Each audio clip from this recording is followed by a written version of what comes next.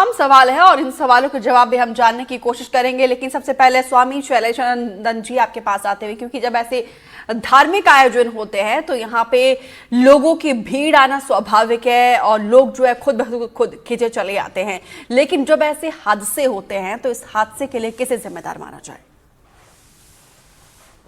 देखिए, इसके अंदर दोनों ही पक्ष बड़े जिम्मेदार माने जाने चाहिए।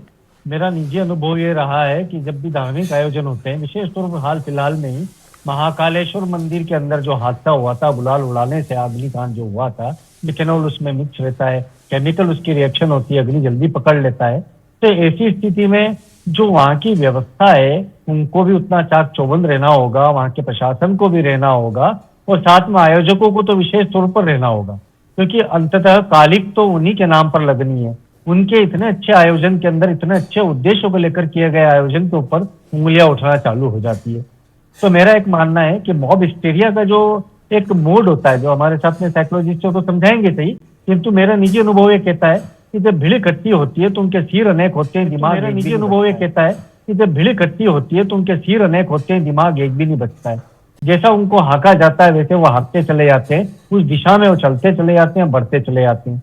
तो ऐसी स्थिति में हमें बेहद ज्यादा संवेदनशील होना जरूरी है, नियंत्रित होना जरूरी है, आत्म केंद्रित होना जरूरी है। क्योंकि जैसे मैं तस्वीर आपकी स्क्रीन पे देख पा रहा हूँ, उससे भयावह स्थिति लगती है। क्योंकि बस कल सुबह मुझे निकलना है कुंभ की ओर और आपकी ये खबर को देख करके मैंने वहां फोन लगा करके बताया है कि हमारे जो कैंप लगेगा उसके अंदर कम से कम 30 फायर ज्यादा से ज्यादा खरीद करके रखे, क्योंकि कोई भरोसा नहीं आज के किस उत्पाद के अंदर कौन सी वस्तु ज्वलनशील होगी, कौन सी बहुत ज्यादा इन्फेक्टिव होगी। इन सब चीजों को ध्यान रखना बेहद जरूरी है। जी बिल्कुल। आनंद वर्धन शुक्ला जी, सर ये बताइए जरा, पुलिस के पास तो पहले से लिस्ट पहुंच जाती होगी कि अप्रॉक्स इतनी भीड़ आने वाली है और इस तरीके से इंतजाम वहां पे रहने वाले हैं, लेकिन फिर इसके बावजूद पहले से पुख्ता इंतजाम क्यों नहीं किया जाता? पुलिस ऑफिसर्स की जिम्मेदारी है जी। कौन लोग थे जिन्होंने आयोजन किया, उन्होंने क्या परमिशन ली, परमिशन की शर्तें क्या थी। अब मैं टीवी प्रोग्राम में देख रहा था कि वहां लोग डीजल इकट्ठा कर रहे थे, 1000 मशाल जलनी थी लेकिन 200 जली। चलो ठीक है, कौन सा फ्यूल इन्होंने काम में लिया? सुनते हैं कि कपूर भी बहुत बड़ी मात्रा में वहां इकट्ठा किया गया था। वहां पर पुलिसकर्मी मौजूद थे, उन्होंने किसी को रोका कि ये नहीं करना है। एक साथ जब इतनी भीड़ इकट्ठा हो रही है, पहले तो दीपिका जी ये धार्मिक आयोजन नहीं था, ये 26/11 के जो शहीद हैं उनके प्रति श्रद्धांजलि का आयोजन था ये। तो मैं समझता हूँ इसमें सभी तरह के लोग होंगे, इसमें ऐसी कोई बड़ी बात नहीं है। लेकिन जो रेगुलेटरी व्यवस्था है, जो आने जाने का रास्ता है, जिस तरह से उनको कंट्रोल करना है, बताते हैं कि मशाल जब बुझा रहे थे तब यह हादसा हो गया और ये इतना बड़ा हादसा हो गया कि जिस पर कंट्रोल हम कर ही नहीं पाए किसी तरह से। क्या फायर टेंडर्स नहीं थे, फायर ब्रिगेड नहीं थी? अब कितने लोग झुलसे हैं? पहले 50 की बात कर रहे थे, अभी 30 की है, मुझे नहीं मालूम।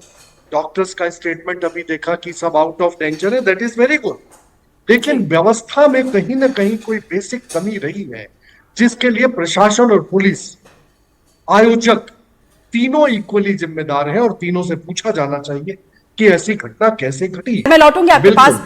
सोनम चटवानी जी, ये बताइए जरा, जब ऐसे कार्यक्रम होते हैं ऐसे भीड़ भाड़ वाले इलाके में, क्यों नहीं हम अपनी भावनाओं को नियंत्रित कर पाते हैं? देखिए, सोशल इन्फ्लुएंस में तो जैसे स्वामी जी कह रहे थे, कैरिड अवे हो जाता है आदमी। देखिए, सोशल इन्फ्लुएंस में तो जैसे स्वामी जी कह रहे थे, कैरिड अवे हो जाता है आदमी, हो जाता है तो उसको समझ में नहीं आता। क्योंकि ये लोग जहाँ की जिस तरह से आपके रिपोर्ट में दिखा रहे हैं, ये लोग वहाँ पे 26/11 के उसमें गए थे, मशाल लेके गए थे। मेरा पहला क्वेश्चन आता है कि आप जो क्लिप्स दिखा रहे हैं यहाँ पे, ये मशालें नीचे की तरफ फेंक रहे हैं और उससे नीचे डीजल कपूर जो भी रहा होगा, तो अपनी सेफ्टी के लिए वहां पे वो खुद कितने ट्रेंड है। जब हम छोटे बच्चों की बात करें या और नीचे जाएं तो सेल्फ सेफ्टी के लिए कितने ट्रेंड है। जिसने भी आयोजन किया, आप देखिए बीच में से आग उनकी तरफ आ रही है और लोग भाग रहे हैं, तो ऐसे में तो पास वाले का भी मैं ध्यान नहीं रखूंगी, I just drop my things and I run away. मैं अपनी सेफ्टी के बारे में वहां कितनी ट्रेंड हूँ। और अधिकतर जब इस तरीके के कार्यक्रम होते हैं, मॉब बिहेवियर होता है वहां पे, वो एक ही रिदम में काम कर रहे होते हैं, उनके दिमाग में एक ही सिस्टम होता है, वो सब चीजें आसपास भूल जाते हैं। आप किसी भी प्रोटेस्ट में देखिए, जनरली सपोज सेव नेचर पे प्रोटेस्ट हो रहा है, वो कार्ड्स होंगे थोड़ी देर के लिए, पर थोड़ी देर बाद आपको डस्टबिन के पास वो कार्ड्स मिलेंगे आप सेफ नेचर की बात करते हैं। तो द वेरी फर्स्ट क्वेश्चन कि जब इस तरीके के आयोजन होते हैं उससे पहले ब्रीफिंग होना, सेफ्टी के बारे में बताना, क्योंकि ये ह्यूमन माइंड है। अगर वो पहले से अलर्ट नहीं होगा, वहां पे ट्रेन नहीं होगा, तो आप देखिए लोग किस तरीके से मशाले फेंक फेंक के भाग रहे हैं। वो दूसरों की सेफ्टी के बारे में नहीं सोचेंगे। नीचे देखिए शायद तेल बहा होगा, आग लगी, उससे ज्यादा आग भड़क गई। क्लिपिंग से तो यही विजिबल होता है। और ऐसे में कोई काफी दहशत हो गई होगी लोगों को वहां पे। नहीं, बिल्कुल, जिस तरीके से माहौल है ये वाकई में डरा देने वाली तस्वीरें। मशाल होती है, 1000 से ज्यादा मशालें जब होती है, वो मशाल जब आखिरी में जब कार्यक्रम समापन होता है तो उसको कहाँ पे उसको डिस्पोज किया जाना था, ये एक जो है आयोजकों ने ध्यान नहीं दिया। जब आज जुलूस का कार्यक्रम था, लेकिन जब ऐसे धर्म से रिलेटेड कार्यक्रम होते हैं तो क्या आपको लगता नहीं कि उस समय आयोजकों की तरफ से ये कहा जाना चाहिए कि बच्चों को जितना हो सके घरों में रख कर आए, बुजुर्गों को आने से बचना चाहिए जिनकी तबीयत खराब है। ये पहल आप धर्मगुरुओं को भी कम से कम करें तो बेहतर रहेगा समाज के लिए, क्योंकि जब आप जैसे बुद्धिजीवी और धर्मगुरु बोलेंगे तो शायद मैसेज जो है वो लोगों के जहन में क्लियर बैठ जाए। देखिए दीपिका जी, ये सत्य है। मैंने आपको सबसे शुरुआत में कहा, मेरा निजी अनुभव है। जब हमारी कुंभ मेलों में शाही सवारी निकलती है, पेशवाई निकलती है जी। उस समय पर हमारे साथ के लोग अपने हैंड माइक्स लेकर के चलते हैं और ये कहते हुए चलते हैं कि निश्चित दूरी बना करके चले, हड़बड़ी ना करें। यदि कोई और नागा का जुलूस निकल रहा है, तेईस है किसी अन्य संत का जुलूस निकल रहा है, तो आप अपने आप को नियंत्रित रखें।